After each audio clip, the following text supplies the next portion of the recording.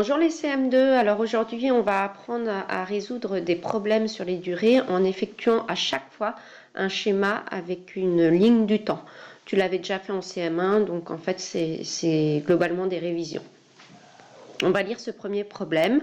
Un match de rugby se déroule en deux mi-temps de 40 minutes, avec un temps de pause de 15 minutes entre les deux mi-temps. Claire veut regarder le match de rugby à la télévision, mais elle a un rendez-vous à 17h15. Le match commence à 15h10. Verra-t-elle la fin du match? Alors moi, l'information que j'ai mise en première sur ma bande du temps, donc il faut toujours tracer à la règle sur ton cahier pour résoudre ces problèmes de durée. J'ai mis le début du match à 15h10 ici. Ensuite, on sait qu'il y a deux mi-temps de 40 minutes.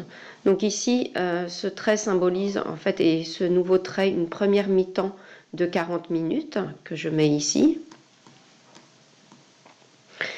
On sait qu'entre les deux mi-temps, il y a une pause de 15 minutes. Donc ici, j'aurais pu écrire pause. Entre ces deux traits, il s'agit pour moi de la pause de 15 minutes. Et puis on enchaîne sur une autre mi-temps de 40 minutes à nouveau. Alors il va falloir qu'on calcule 15h10 plus 40 minutes. Pour moi, ça fait qu'on arrive ici. Oups, c'est pas beau du tout ce que j'ai fait, mais j'écris à la souris, c'est pas évident. Donc 15h10 plus 40 minutes, ça fait qu'on arrive à 15h50. À 15h50, il y a donc la pause de 15 minutes. Donc 15h50 plus 10 minutes, on arrive à 15h60, soit 16h, plus encore 5 minutes qui manquent, ça fait qu'on arrive à 16h05 à la fin de la pause. Tu vois ce schéma, hein, cette bande que tu fais, il faut vraiment marquer au fur et à mesure les horaires. Comme ça, tu calcules vraiment par étapes, c'est beaucoup plus facile. Et ensuite, la seconde mi-temps fait encore 40 minutes. Donc 16h05 plus 40 minutes, ça fait 16h45. Or, d'après l'énoncé du problème, on sait que la rendez-vous à 17h15. Or, le match se finit à 16h45. 17h15, si je devais mettre, c'est ici, c'est après.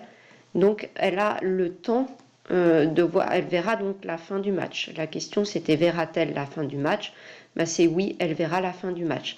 Donc, quand tu fais ces problèmes, il n'y a pas besoin de je cherche, tu fais directement la ligne du temps, mais il faut d'office une phrase réponse en dessous la ligne du temps qui répond bien à la question.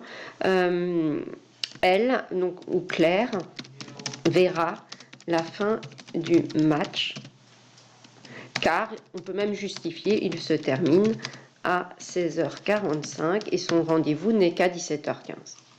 Voilà. Donc ça, c'est la manière dont on résout les problèmes de durée. Il faudra toujours faire un schéma pour faire par étapes, pour bien calculer ces durées, et une phrase réponse.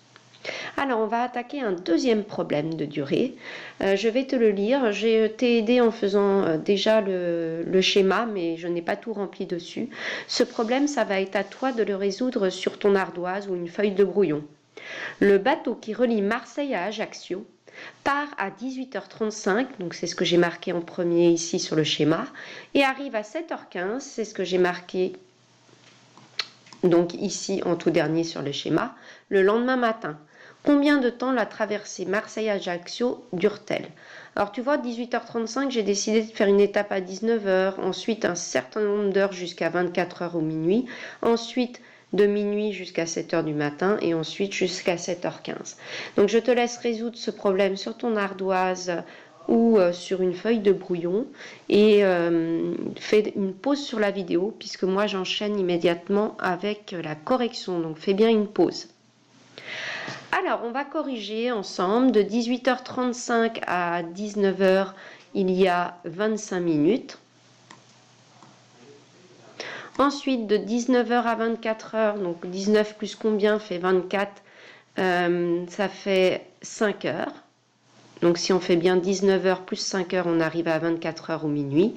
Moi, je m'arrête toujours à minuit parce qu'on remet les compteurs à zéro. Hein. Je te rappelle que minuit, c'est la même chose que 00 heure. On pourrait le dire comme ça. Donc, après, je suis à 24h ou 00 heure pour arriver à 7 heures. Ben, pour aller de 0 à 7, il y a 7 heures.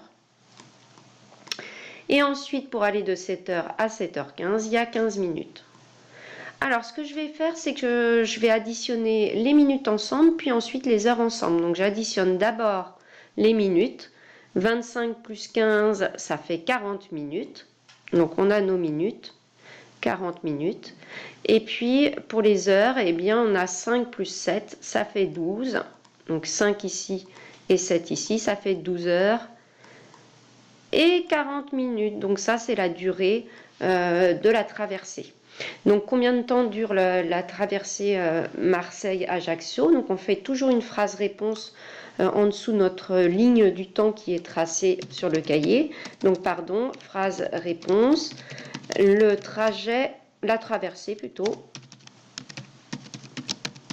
dure 12 heures 40 minutes. Voilà, alors voilà pour les problèmes sur les mesures de durée. Je te rappelle, pas de je cherche, directement la ligne du temps et ensuite une phrase réponse. Voilà, j'espère que ces rappels t'aideront pour la suite du travail qu'on va faire sur le cahier. À bientôt!